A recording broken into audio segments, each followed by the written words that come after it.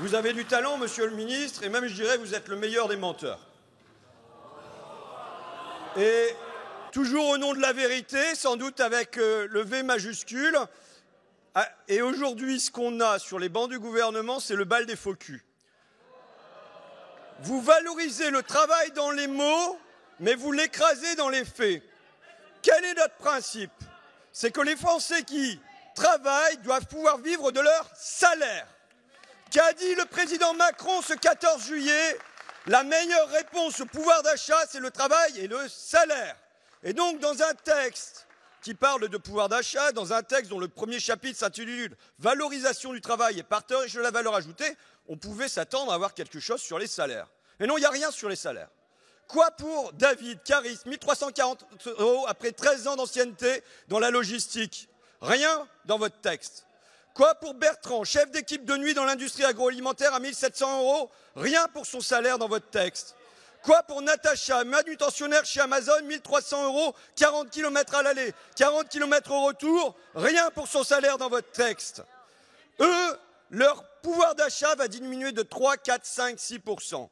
Et de même pour le partage. Quoi sur le partage de la valeur ajoutée? Quoi sur les méga profits du CAC 40? Rien dans votre texte. Quoi sur les dividendes records des actionnaires? Rien dans votre texte. Quoi sur les rémunérations des grands PDG qui ont doublé l'an dernier? Rien dans votre texte. Rien sur le partage. Rien.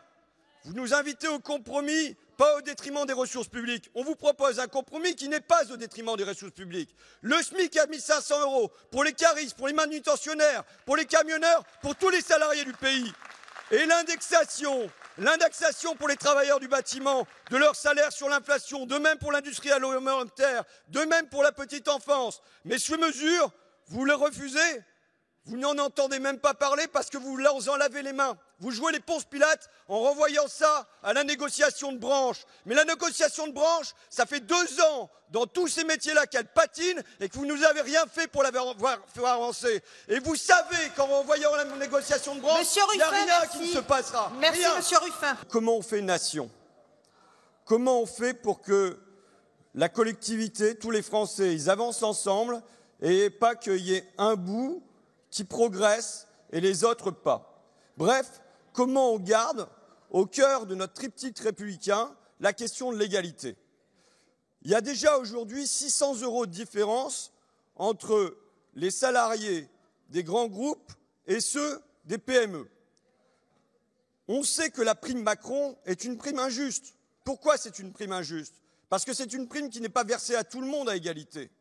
C'est une prime qui garantit absolument pas que les bas salaires, ceux dont le président Macron disait il faudra se rappeler que notre pays tout entier repose aujourd'hui sur ces femmes et ces hommes que nos économies reconnaissent et rémunèrent si mal, que les agents d'entretien, que les travailleurs du bâtiment, que les auxiliaires de vie, que les caristes de la logistique perçoivent cette prime. Il n'y a absolument aucune garantie à ça, très loin de là. Tout ça, cette prime, est versée au bon vouloir et au bon pouvoir des entreprises. Et même à l'intérieur des entreprises, ce n'est pas forcément pour tout le monde. Donc là, il y a une injustice qui est créée par le fait de passer de la prime plutôt que de passer par du salaire. Le salaire, c'est la garantie d'une égalité entre les salariés, d'une possibilité pour toutes les branches d'avancer de concert et pas qu'il y en ait qui soient récompensés, puisqu'on nous parle de récompense, il y en a qui soient primés et qu'il y ait, quand on dit qu'il y a 4 millions de salariés qui l'ont touché, ça veut dire que concrètement, il y en a 22 millions qui ne l'ont pas touché. Est-ce qu'eux, ils ont démérité? Est-ce qu'eux, ils ne méritaient pas de récompense? Donc voilà la question centrale qui est à mon avis posée par le choix de la prime ou du salaire. C'est au fond la question de l'égalité dans ce pays et c'est la question de comment on fait nation. Donc comme nous voulons ramener quelque chose de travailleurs, comme nous voulons leur ramener quelque chose de concret, nous prenons tout ce que nous pouvons. Et fut un temps où c'était aussi l'attitude de la gauche de ramener tout ce qu'ils pouvaient. Vous l'avez oublié, on s'en souvient.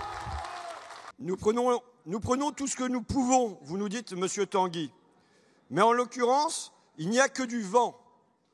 Il n'y a que du vent et le problème de votre attitude ce soir, en étant main dans la main comme ça avec le gouvernement, c'est que vous faites croire aux Français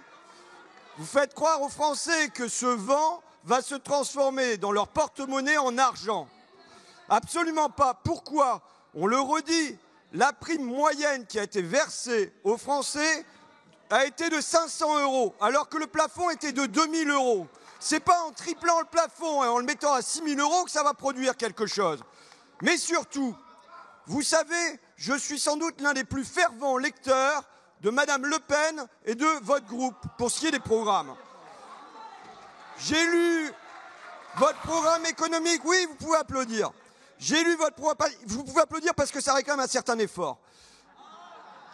J'ai lu ça depuis les années 70. Tout le temps, et y compris maintenant. Lisez votre dernier programme, mon projet présidentiel de Madame Le Pen. Dedans, il n'y a pas une seule fois le mot profit, il n'y a pas une seule fois le mot dividende, il n'y a pas une seule fois le mot firme, il n'y a pas une seule fois le mot bénéfice. On est dans un moment où le taux de marge des entreprises après impôt n'a jamais été aussi élevé. On est dans un moment où les rémunérations des grands patrons ont doublé. On est dans un moment d'hyper-profit avec le CAC 40 qui a battu tous les records l'an dernier. Et sur tout ça, il n'y a pas d'un mot de votre part, il n'y a rien.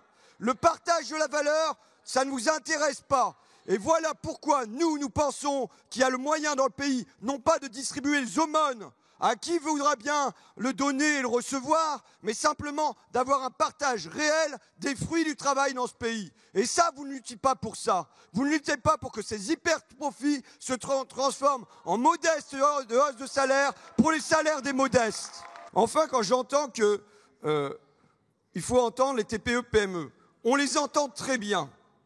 Moi, vous savez, je dis toujours, quand on dit le mot patron, c'est comme poisson, ça veut rien dire. Dans le poisson, il y a les requins et il y a les sardines. Et croyez bien que sur nos bancs, on est tout à fait apte à même de faire la différence entre les requins dans le patronat et les sardines qui font vivre au quotidien les TPE et les PME des Français.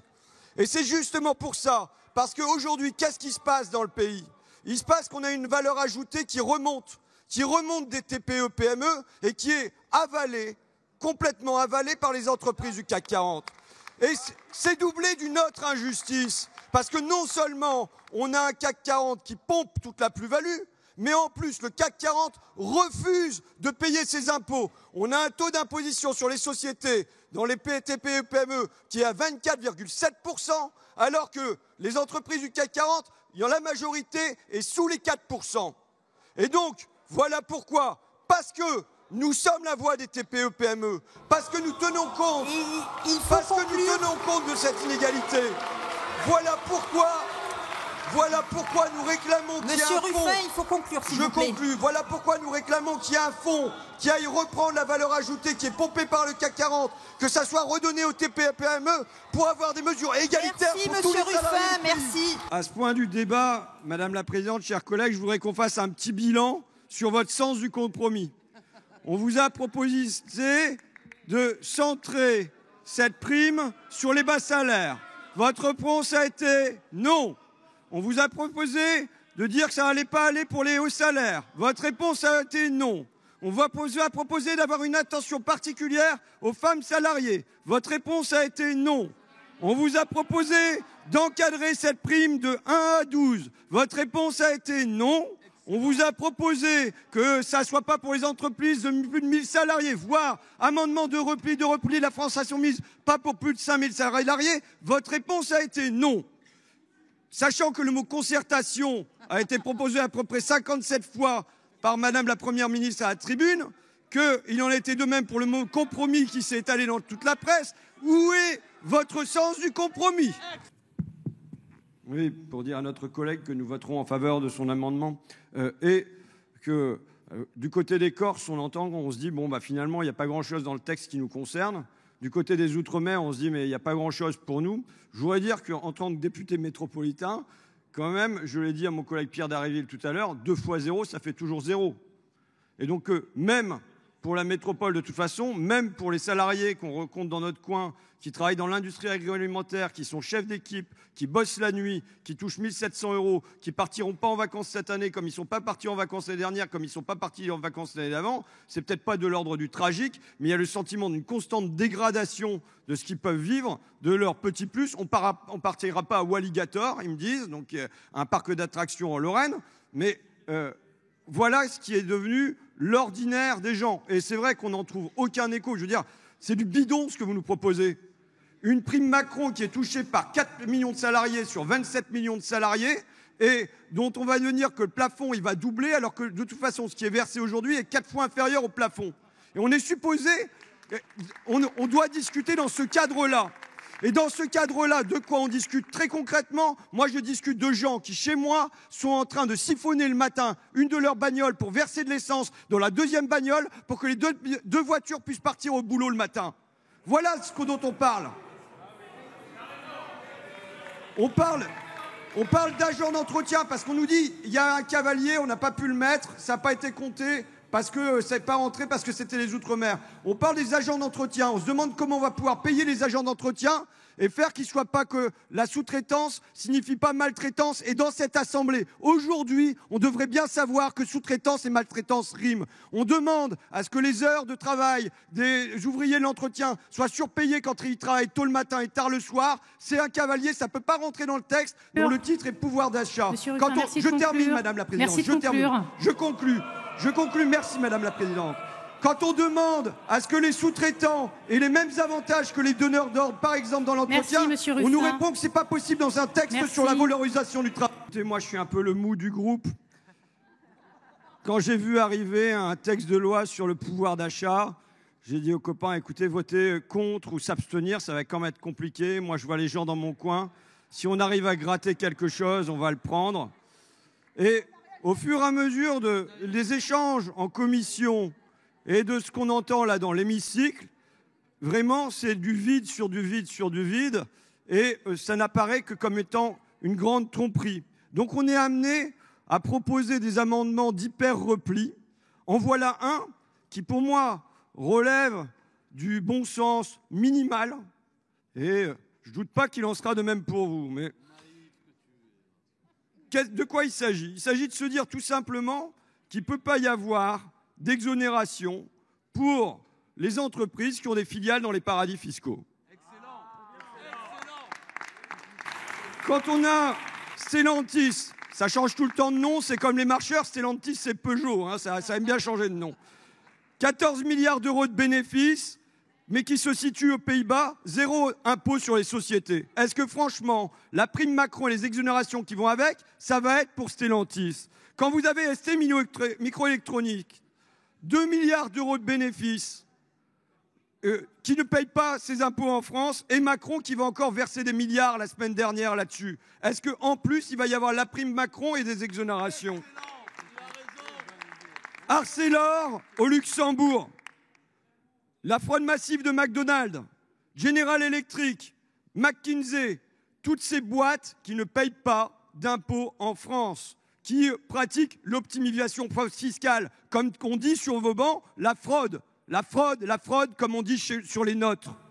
Est-ce que tout cela vont aussi bénéficier de la prime Macron ou bien au moins c'est un moment de bon sens, vous allez le voter? Merci Monsieur Ruffin. Madame la rapporteure. On a bien compris que la Mélenchonie était contre le fait de verser des primes. Ça n'est pas notre optique. Nous souhaitons que les salariés puissent bénéficier de primes, donc avis défavorable. Merci, Monsieur le Ministre. Même avis, Monsieur Ruffin. Madame la rapporteure, on est en train de parler de Stellantis, 14 milliards d'euros de bénéfices, pas d'impôt sur les sociétés en France, et vous êtes en train là de vouloir nous faire pleurer sur eux. Je vais vous dire du coup, en vérité, vous êtes les complices de cette fraude fiscale à l'échelle mondiale. Si, ça se voit dans un texte comme celui-là.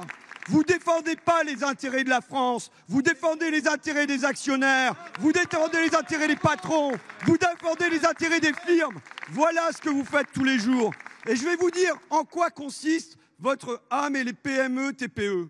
Ce que c'est, pendant la Révolution française, sous l'Ancien Régime, chaque fois que le haut clergé était attaqué, qu'on attaquait les évêques sur leur luxe, leur luxure, leur stupre, qu'est-ce qu'ils faisaient?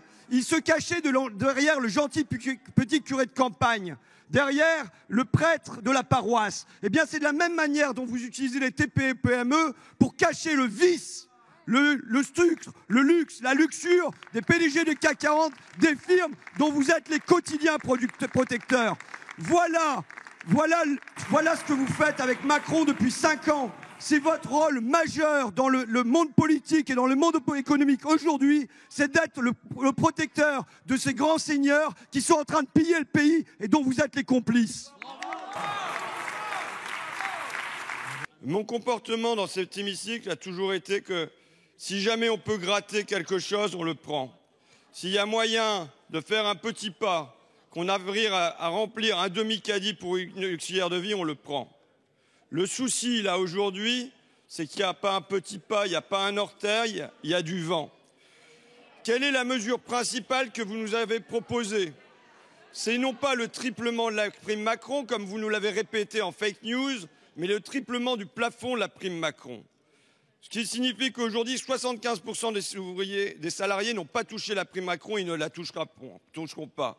93% des femmes de ménage, 90% des ouvriers de l'agroalimentaire, 86% dans le bâtiment ne toucheront rien. 3 fois 0, ça fera toujours 0. Pour les 25% restants, c'est 500 € en moyenne, et donc même tripler ce plafond ne changera rien. Quoi pour les salariés de la deuxième ligne? Rien. L'inflation, là, installée dans la durée, vous ne proposez aucune mesure structurelle pour l'affronter. Et il en est de même sur les petites retraites. Qu'est-ce qui va se passer? Vous proposez 4% d'augmentation. On sait déjà qu'on est à 6% d'inflation, qu'on va être à 8% d'inflation. En vérité, sur tout ça, sur les salaires, et y compris les bas salaires, sur les petites retraites, sur la revalorisation des allocations familiales, ce que vous faites, ce n'est pas une protection du pouvoir d'achat, c'est pour ça que je souhaite renommer le titre en toute franchise, c'est une planification. C'est une organisation de la diminution du pouvoir d'achat et en particulier du pouvoir d'achat des plus modestes. Voilà ce que vous organisez.